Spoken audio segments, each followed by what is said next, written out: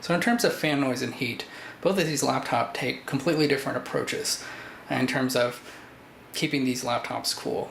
The Dv7 has two fans, one for the CPU, one for the GPU, and the fan is always running. So even if the laptop is idling, you'll still be able to hear the fan. So if a silent laptop is important to you, then the Dv7 is probably not going to be a good fit, since you'll be able to hear the fan pretty much at all times if you're in a quiet environment like a library. Now, if you have music or any type of noise like an AC on or anything, that'll probably drown out the fan noise, but it is on at all times.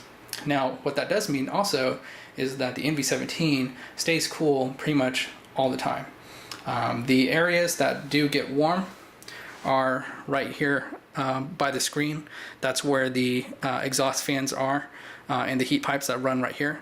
And this area right here is where the CPU and GPU sit. So this area here can get slightly warm when you're gaming. And if you're watching a lot of flash video or something that's using the CPU a lot, you can feel a difference here, but it's slightly warm. It's not uncomfortable at any time. And right here is where the hard drives sit. So if you're doing something that requires a lot of hard drive activity, you might feel the some warmth here underneath the right palm rest. Now, the advantage of the way that the Dv7 is set up, though, is you'll notice that all the heat is right here on the right half of the laptop. Now, that's because the Blu-ray drive sits underneath this side of the keyboard, and right here is where the 6-cell battery is. Now, that's important because the keys over here are the ones that you would use the most whenever you're playing a game or something, and basically that keeps all the heat away from the part of the keyboard that you would use the most under those conditions. And even the parts that get warm don't ever get hot or uncomfortable. So that's a very good compromise in terms of keeping the laptop cool at the expense of some audible fan noise under normal working conditions. And the fan does kick up a few notches whenever it's under load, so it does get a little bit louder, but it's never like a jet plane or something like that. It's not super loud, but it is audible. Now, panning over to the Dv7 in terms of how it handles heat, it has a single fan for both the CPU and GPU, and it stays pretty quiet most of the time. Pretty much the only time you'll really hear it is when you're playing a game or putting it under load, like watching a flash video for an extended period of time. The fan is barely audible. I won't say it's silent, but it's barely audible under normal conditions, and then audible, you'll hear it kick up a notch whenever you really tax it.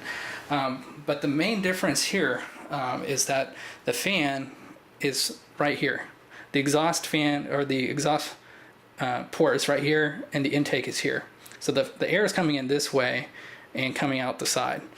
Now, the GPU is here and the CPU is here.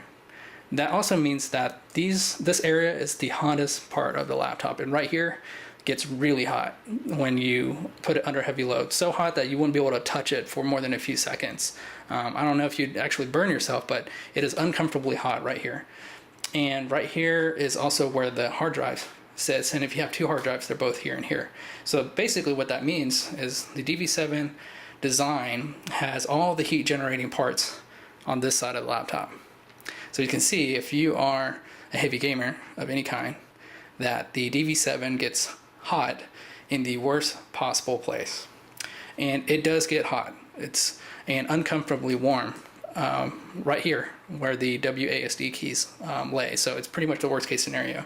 And even with a laptop cooler under it, it still gets uncomfortably hot. So if that is important to you using the built-in keyboard, then that is something important to consider right there.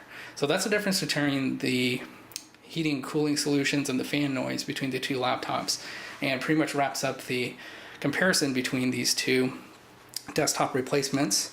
So feel free to post any questions you might have under the video, and thanks for watching.